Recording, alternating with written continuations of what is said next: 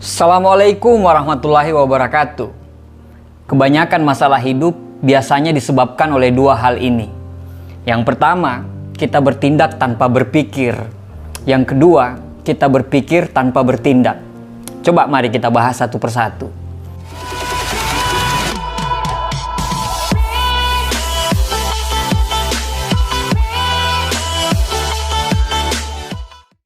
Yang pertama, kita bertindak tanpa berpikir. Coba Anda lihat di luaran sana. Banyak sekali orang yang pada akhirnya terkena masalah karena melakukan aksi-aksi konyol demi konten viral di media sosial yang berujung pada hujatan dan pada akhirnya mereka minta maaf.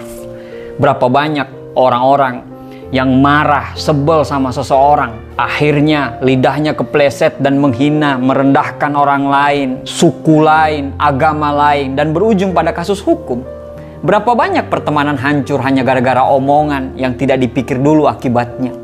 Berapa banyak orang yang rugi dan kehilangan uang karena investasi yang gak jelas dan gak dipikir dulu ini masuk akal atau enggak sih. Berapa banyak nyawa yang hilang hanya gara-gara masalah sepele dan akhirnya di penjara si pelaku sangat menyesalinya. Itu hanya sebagian kasus dan banyak sekali kasus-kasus yang lain ketika kita bertindak tapi lupa bawa otak kemana-mana. Makanya kebanyakan masalah yang terjadi dalam hidup kita karena kita tidak berpikir dulu terus bertindak. Kalau mau berkata-kata, pikir dulu kata-kata yang saya ucapkan ini bermanfaat atau tidak, menyinggung orang lain atau tidak.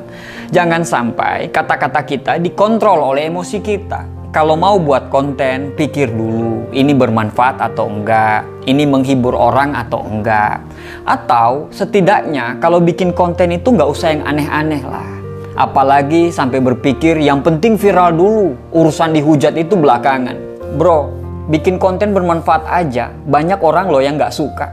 Apalagi konten yang tidak berfaedah sama sekali. Anda bisa tahu akibatnya seperti apa.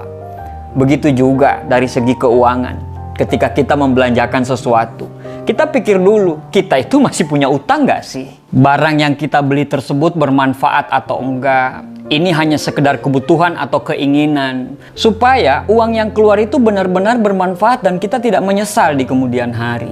Dan akan banyak masalah-masalah lain ketika kita lebih mendahulukan tindakan daripada pikiran.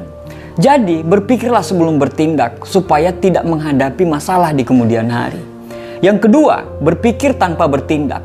Di kasus ini juga banyak sekali masalah yang terjadi. Penyesalan juga bisa terjadi ketika kita hanya berpikir dan menganalisa tanpa mengambil sebuah tindakan. Seberapa sering dalam hidup kita sibuk mengarang skenario-skenario buruk dalam pikiran kita sendiri. Bagaimana nanti kalau gagal? Bagaimana nanti kalau ini? Bagaimana nanti kalau itu? Bagaimana kalau nanti meskipun jikalau akan tetapi? Kita sibuk meng-create masalah yang sebenarnya masalah itu tidak ada. Kita terlalu takut mengeksekusi sesuatu karena ketakutan dengan pikiran kita. Berapa banyak ide yang keluar pertama kali dari isi kepala kita, tapi karena kita nggak action, kita nggak mengeksekusinya, akhirnya ide tersebut dieksekusi oleh orang lain. Berapa banyak masalah yang terjadi karena kita nggak ngomong dengan alasan nggak enakan lah, takut menyakiti hati lah, takut tersinggung lah. Tapi hal tersebut mengorbankan hati kita sendiri. Pikiran kita harusnya menjadi tempat yang paling membahagiakan, bukan tempat yang penuh dengan penderitaan. Jangan biarkan diri kita itu menjadi budak dari pikiran kita. Jangan sampai kita itu menjadi tawanan dari pikiran kita.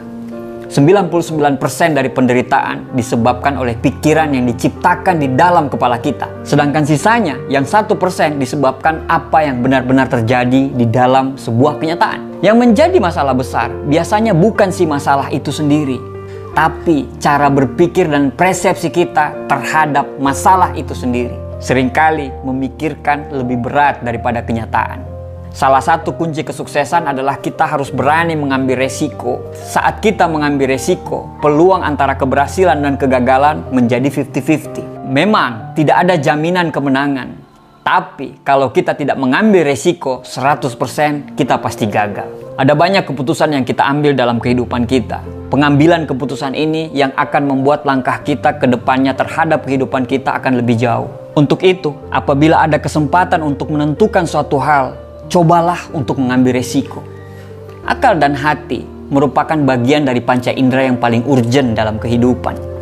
Ibarat akal Selain fungsinya sebagai pembeda, juga masih banyak fungsi-fungsi lain yang terdapat pada akal pikiran kita. Misalnya, seperti menyaring informasi, memikirkan hal yang baik dan hal yang buruk, yang benar dan yang salah, yang berbahaya dan yang bermanfaat, dan yang lain sebagainya. Dengan menggunakan pikiran kita dalam membuat tindakan, tindakan kita akan jauh lebih baik. Sebab Tuhan pun telah memberikan manusia kelebihan yang lebih daripada makhluk yang lain, yaitu akal dan pikiran. Maka kita gunakanlah akal dan pikiran kita yang telah dianugerahin Allah tersebut untuk membuat sebuah keputusan, suatu tindakan yang akan kita lakukan. Pikiran dan tindakan kita harus selaras, karena sebaik-baiknya manusia adalah manusia yang bermanfaat untuk orang lain.